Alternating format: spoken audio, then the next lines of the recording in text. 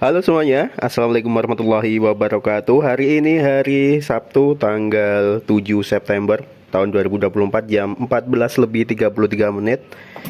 Jadi mobil ini terakhir kali hidup sekitar 5 hari yang lalu teman-teman. Tepatnya di tanggal 2 September ya. Sudah 5 hari mobil tidak saya nyalakan sama sekali. Dan kali ini saya akan berbagi tips agar mobil kita awet akinya. Yang pertama, kalau misal mobil jarang dipakai ya, terutama seperti mobil yang saya rawat ini mobil memang jarang sekali keluarnya teman-teman. Nah, cara saya agar mobil tetap awet akinya begitu, baterainya agar tidak soak, tidak ngedrop begitu, sebaiknya dipanasi setiap 3 sampai ya barangkali seminggu sekali ya, 3 hari ataupun seminggu sekali. Dan ada baiknya juga kalau misal dipanasi itu sesekali dibawa keluar, jadi nggak cuma dinyalakan mesinnya. Dan kalaupun semisal mobil Anda itu jarang sekali, benar-benar jarang dipakai, bisa bulan-bulanan, hitungan bulan, nggak cuma hitungan hari tidak dipakai, tidak digunakan, teman-teman bisa lepas sekun aki ya, ataupun kabel aki yang nempel pada mobil, baik itu yang positif ataupun negatif.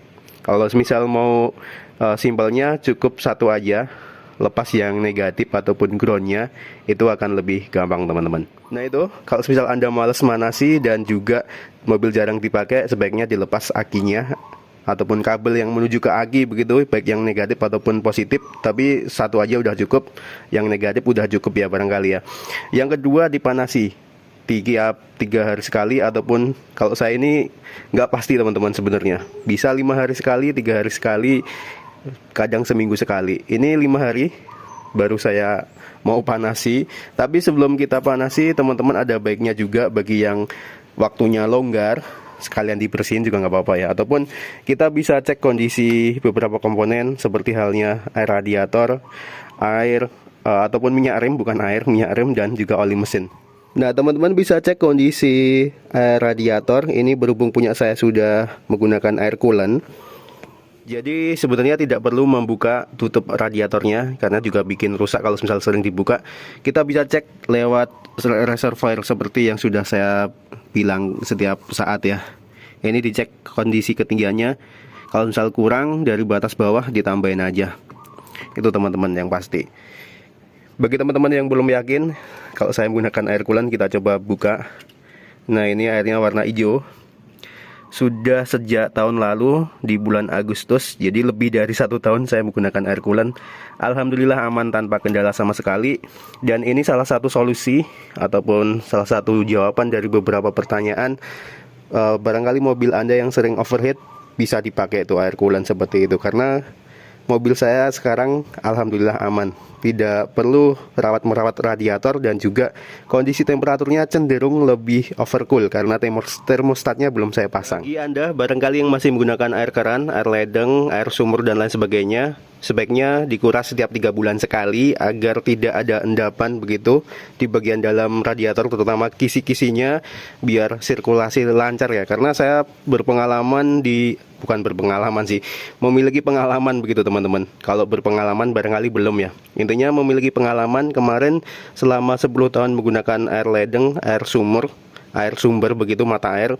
Itu biasanya setiap lebih dari 3 bulan itu airnya sudah berubah ya, yang warnanya pertama bening, selat beberapa waktu menjadi kayak air sawah itu, kayak ada lumpur-lumpurnya. Dan itu harus saya kuras tiap 3 bulan sekali, ataupun ya paling nggak 6 bulan sekali, agar lancar sirkulasi air radiatornya. Itu pengalaman saya, bukan berpengalaman tapi pengalaman kemarin teman-teman, sebelum saya memutuskan untuk hijrah ke air coolant. Oke, radiator sudah kita cek, kondisinya masih bagus. Sekarang kita coba cek kondisi oli mesin. Kita cek dari belakang teman-teman. Kita tinggal ambil aja setiknya yang ada di sini. Nih ya setiknya. Nih.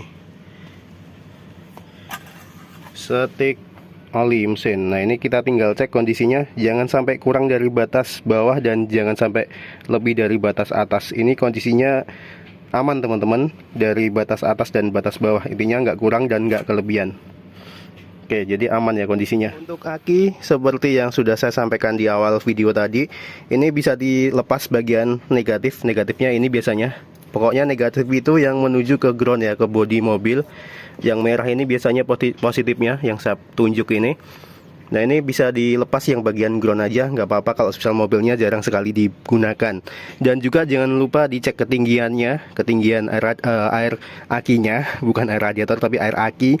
Kalau misal teman-teman menggunakan air basah ya, tapi kebanyakan memang basah ya aki yang digunakan untuk mobil. Itu jangan lupa dicek ketinggian si air akinya. Pengen curhat sedikit aja kemarin akibat kecerobohan diri sendiri. Jadi kalau misal ngisi BBM itu dari sini ya, dibuka sendiri biasanya kita sebagai driver. Dan kemarin itu saya waktu nutupnya ini kurang rapat teman-teman. Alhasil ada kemungkinan si BBM-nya itu menguap ya. Jadi pastikan pada saat mengisi BBM ini nutupnya itu harus kenceng ya. Dan biasanya memang kayak ada semburan begitu, misal kita buka itu nggak masalah sih selama ini. Katanya untuk mobil itu ada bisa dikatakan selang buangan ataupun selang hawa begitu pada tangki BBM. Dan ini misal kita buka nanti akan ada suaranya. Nah tuh kayak ada semburan. Nah itu nggak apa-apa sih, selama ini saya juga kayak gitu. Katanya ada yang perlu diperbaiki bagian selangnya, pembuangannya. Tapi sejauh ini saya biarin aja, nggak apa-apa teman-teman. Oke, kita lanjut lagi. Radiator sudah, ketinggian oli mesin sudah. Barangkali ini yang terakhir. Minyak rem selalu dicek kondisinya, karena ini yang paling fatal nih, ataupun paling vital, bukan fatal ya, paling vital. Dan juga fatal juga kalau misal ini habis. Tapi kalau misal ini habis, ini berkurang ya sampai dengan di batas bawah ini, biasanya indikator handrem itu akan selalu menyala walaupun handrem sudah diturunkan ya. Biasanya indikator handrem itu akan hidup pada saat handrem dinaikkan ataupun aktif. Tapi kalau misal ini udah diturunkan tapi indikator di bagian sini masih hidup, indikator handrem, itu bisa jadi ada kemungkinan si minyak remnya itu berkurang. Teman-teman juga wajib cek itu kondisi ketinggiannya. Dan jangan panik ya kalau misal ketinggiannya berkurang, teman-teman tinggal cek aja sebelah mana yang bocor. Biasanya ada kebocoran minyak rem dan harus segera diperbaiki, jangan ditunda-tunda.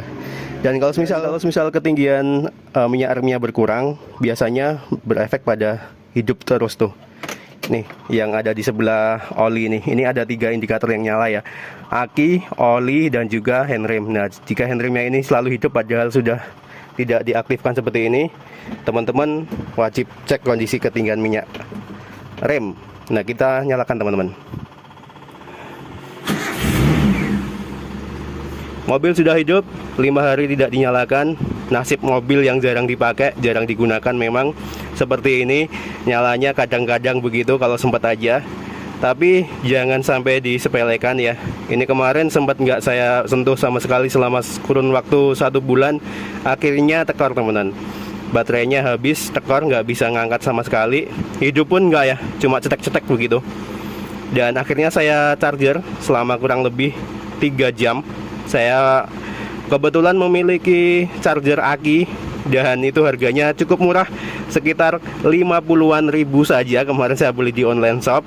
Bagi teman-teman yang memiliki kendala aki, itu bisa jadi bisa dikatakan pilihan sementara ya. 50.000 untuk ngecharge aki ataupun charger aki yang warnanya kuning itu bisa dicari di online shop, banyak banget. Itu juga sangat membantu ya daripada dorong-mendorong. Saya kemarin coba nyalain pakai itu, saya cas begitu, alhamdulillah bisa hidup kembali. Sampai sekarang normal teman-teman, nggak ada kendala. Memang sebaiknya teman-teman segera ataupun melakukan perawatan rutin begitu. Intinya jangan sampai lupa manasin mobil kalau misal mobil jarang dipakai. Yang saya tahu itu kebanyakan pengguna mobil Daihatsu Zebra ataupun Espas itu memang mobil pertama dan juga mobilnya jarang sekali dipakai. Barangkali cuma bisa seminggu sekali, 2 minggu sekali, ataupun 1 bulan sekali.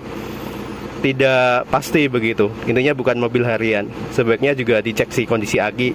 Kalau jarang dipakai, jarang banget dipakai dan tidak sempat memanasi, sebaiknya salah satu kabel dilepas akinya biar awet. Itu barangkali sarannya. Bagi teman-teman yang memiliki saran lain, nanti bisa tulis juga di kolom komentar. Ngomong-ngomong, ini mesin sudah hidup 1452 segitu ya. Nah, ini kondisinya tidak perlu cengengesan walaupun mobil tua tahun 95. Ngomong-ngomong, ini mobilnya sudah berumur 29 tahun. Dengan saya ya masih tuaan saya sedikit ya teman-teman ya dibandingkan dengan mobil ini. Walaupun sudah tua begitu, ini mobil enak banget kita rawat, kita oprek asal kita mau dan kita ya mau belajar begitu cara ngopreknya. Sebenarnya ngopreknya gampang dan kita mau memahami karakteristik si mobil ini. Jangan dibandingkan dengan mobil yang usianya muda-muda, mobil tua seperti ini. Nah, ini speedometer sudah saya ganti model lampunya dengan model lampu LED. Lumayan terang kalau misal malam dan juga tidak menyilaukan. Warnanya putih. Ini kalau misal kita matiin seperti ini. Nah, ini hidup. Ada 3 buah lampu, 1 di sini, 2 di sini, 3 di sini. T10 kalau tidak salah. Dan di sini itu saya ganti dengan yang model T5 juga yang sudah LED, teman-teman. Untuk lampu sen ini juga sudah saya ganti. Kalau tidak salah ya, kayaknya udah saya ganti. Ini lampunya juga sudah saya ganti, lampu sininya. Pokoknya semua sudah saya ganti, kecuali satu aja yang sini kemarin karena ada masalah. Aduh, jadi nekan wiper nih, keluar airnya. Air wiper. Mau lanjutin omongan yang tadi. Jadi ini mobil sudah 29 tahun. Dengan saya sudah 11 tahun teman-teman. 11 tahun sejak 2013 sampai dengan 2024 sudah 11 tahun ya. Dan selama 11 tahun itu 10 tahun saya menggunakan air ledeng. Dan baru tahun lalu, baru 1 tahun lebih saya menggunakan air coolant. Jadi sudah alhamdulillah lah sedikit banyak makan garam dari mobil ini. Ya, memiliki pengalaman dengan mobil ini. Untuk cara menghidupkannya memang harus dikocok. Untuk mobil-mobil lama, apalagi tuas cuknya tidak ada. Apalagi yang tuas cuknya tidak ada. Kalau misal tuas cuknya masih ada, ini bisa dipakai tuas cuknya sesuai dengan standar pabrik yang ada di sini. Karena Espas ini ada banyak variannya. Saya ulangi lagi ya bagi teman-teman barangkali yang baru bergabung di channel ini. Ada yang mulai dari Zebra dulu ya sebelum Espas itu. Tapi sebelum Zebra ada Hijet white itu. Pokoknya zaman-zaman dulu lah. Ada Hijet, terus ada Hijet 1000, Hijet white, Hijet 1000. Pasti masih banyak tuh Hijet 1000. Setelah Hijet 1000 ada Hijet Zebra. Hijet Zebra tuh ada yang ya Zebra sih S88 itu. Terus ada lagi S89 itu. Terus lanjut lagi S90 itu Selby. Yang bisa dikatakan Selby itu agak sedikit langka. Setelah Selby S90 ada S91. S91 itu 1300 cc. Yang saya rawat ini 1300 cc. Dan juga lanjut S92 yang super fan 1600 cc. Ngomong-ngomong yang super fan ini agak susah kayaknya kalau misal bener-bener diterapin ya. Katanya mau dibatasi itu pertalit. Nah, itu ada yang 1600 cc. Terus ada lagi yang 1500 cc itu kayaknya nggak tahu masuk yang S92 atau 93. Kayaknya S93 ya, itu yang sudah injeksi. Jadi walaupun Espas, ngomongin Espas, ini Espas juga sudah ada yang injeksi teman-teman. Sudah menggunakan ECU. Dan juga tentu untuk menghidupkannya beda dengan yang saya rawat ini. Karena saya sempat menggunakan ataupun mencoba juga punya temen ZL9 Extra kalau tidak salah. Yang kursi belakangnya itu saling hadap-hadapan, nggak menghadap ke depan. Itu tidak perlu mengocak pedal gas, tidak perlu menarik tuas jok, kita tinggal starter aja mobil langsung hidup. Dan untuk membuka bensin ataupun tangki bensin di sebelah kanan kita itu ada tuasnya di bawah jok. Jadi memang beda ya, walaupun sama-sama Zebra ataupun Espas, ada beberapa fitur tambahan di varian terakhirnya. Barangkali itu teman-teman. Dan untuk mobil ini sebenarnya enak juga, yang lama-lama seperti ini dioprek, apalagi masih karburasi, kita bisa oprek-oprek sendiri. Kita bisa benerin sendiri. Ini jujur saya jarang sekali ke bengkel. Kalau ke bengkel itu paling waktu kepepet itu, kalau enggak juga paling cuma ganti oli aja, ganti oli dan filternya itu baru saya bawa ke bengkel. Untuk penyetelan platina, setting karburasi, setting karburasi ya. Untuk membuka karburasi saya belum pernah mencoba, paling saya bawa ke bengkel temen aja. Untuk setting karburasi, untuk angin-anginnya itu saya coba sendiri. Untuk ngepasin delco, platina, terus untuk memasang rotak itu saya bisa sendiri. Rotak, bersihin filter BBM, pokoknya kita bisa kerjain sendiri. Untuk yang 1300 cc ini kemarin saya ganti timing belt itu juga nyoba-nyoba sendiri di rumah. Alhamdulillah bisa ngepasin timing beltnya itu kemarin saya ganti sendiri. Pokoknya mobil ini bisa kita kerjain sendiri, bisa kita jadikan untuk bahan belajar ataupun ngoprek-ngoprek teman-teman. Dan enak-enak aja sih kalau misal udah ketemu setelannya. Bagi teman-teman yang tidak mau susah payah, untuk pengapiannya bisa ganti dengan pengapian CDI. Kebetulan ini mobil masih platina yang saya gunakan. Saya masih setia dengan platina. Saya setel sendiri. Untuk ukurannya di situ ada celah platinanya antara 0.40 mm sampai 0.50 mm tuh di sana celah platina ya. Pengapian di situ ada, cara-caranya juga tertera tuh di situ. Jadi mobil ini memang enak dibenerin sendiri teman-teman. Untuk PR saat ini mobil ini barangkali hanya di kaki-kaki saja, rack end-nya ya yang minta ganti di sebelah kanan. Kemarin sempat saya cek juga, videonya ada di channel ini bagi teman-teman yang pengen ngecek kondisi kaki-kaki ban depan ataupun roda depan, kaki-kaki yang bermasalah, apakah tirot, rack end dan lain sebagainya. Teman-teman bisa cari di channel ini. Bagi teman-teman yang kemarin ada yang nanya begitu cara ngecek speedometer. Sebenarnya speedometer itu bisa dicek dari sini. Di bawah sini itu kita tinggal lepas, ada gerigi-geriginya begitu. Barangkali yang bermasalah itu bagian geriginya ataupun gigi-giginya itu sudah mulai aus biasanya. Dan untuk RPM kalau misal tidak bisa stabil ataupun tidak nyala, cek bagian elko-nya. Untuk delco hujan, menerjang genangan hujan dan lain sebagainya, di sini juga udah ada ya. Saya bikin kontennya di channel ini, pokoknya sudah ada semua di sini. Untuk speedometer memang saya belum bikin konten khususnya. Mohon maaf, belum sempat barangkali. Ini sudah jam 15.00. Kita matiin aja teman-teman. Jadi ini nggak saya bawa keluar mobilnya, kita panasin di bagian sini aja, nggak saya bawa keluar. Kaki-kakinya nggak saya panasin. Alhamdulillah walaupun sudah 5 hari nggak dinyalakan sama sekali, mobilnya masih oke-oke aja, nggak ada kendala sama sekali. Dan barangkali sampai di sini untuk video kali ini teman-teman. Dan itu tadi ya cara saya bagaimana caranya agar merawat baterai ataupun aki itu agar lebih awet begitu. Kurang lebih caranya itu. Jangan lupa untuk dipanasi, diisi, di charge begitu. Kalau misal ada kerusakan ataupun si aki tidak mau ngisi, sering tekor padahal aki baru tapi kondisi aki sering ngedrop, teman-teman bisa cek kondisi pengapiannya mulai dari kondisi fan beltnya. Nah ini bagian fan beltnya ini dicek ke renggangannya. Ini seharusnya kencang, jangan renggang. Dan alternatornya juga dicek ya, kondisi pengisian. Baik itu kabel-kabelnya teman-teman. Bagian belakang ini ada kabel-kabelnya yang menuju dari alternator ataupun dinamo ampere ke bagian aki yang warna merah ini. Dicek kondisinya. Barangkali hanya ada klem-klem ataupun kabelnya kurang nyambung begitu, dicek. Dan kalau misal benar-benar bermasalah pengisiannya, biasanya di bagian sini itu di baterai ini biasanya ada indikatornya yang hidup ya, di bagian sini kalau misal pengisian kurang. Nah kalau misal kita nyalakan mesinnya dan ini tetap nyala baterainya, biasanya pengisiannya berkurang ataupun pengisiannya nggak maksimal, bukan berkurang ya, pengisiannya nggak optimal begitu. Teman-teman bisa cek kondisi dinamo ampere ataupun alternator, ataupun teman-teman ragu nanti bisa dibawa ke tukang dinamo nih untuk mengecek kondisi dinamo ampere masih bagus ataupun enggak kondisinya.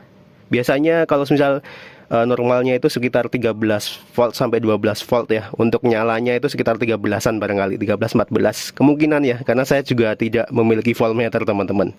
Bagi yang lebih paham nanti bisa tulis di kolom komentar. Pokoknya cara merawat aki itu mulai dari pengisiannya. Kalau sepeda motor itu ada kiprok gitu ya. Kiprok itu juga sangat vital sekali untuk mengecharge ataupun mengisi aki pada saat mobil hidup. Dan itu tadi video singkat saya teman-teman, semoga bermanfaat. Jangan lupa klik like jika Anda menyukainya, subscribe ke channel Ardian Saramiatmo bagi yang belum.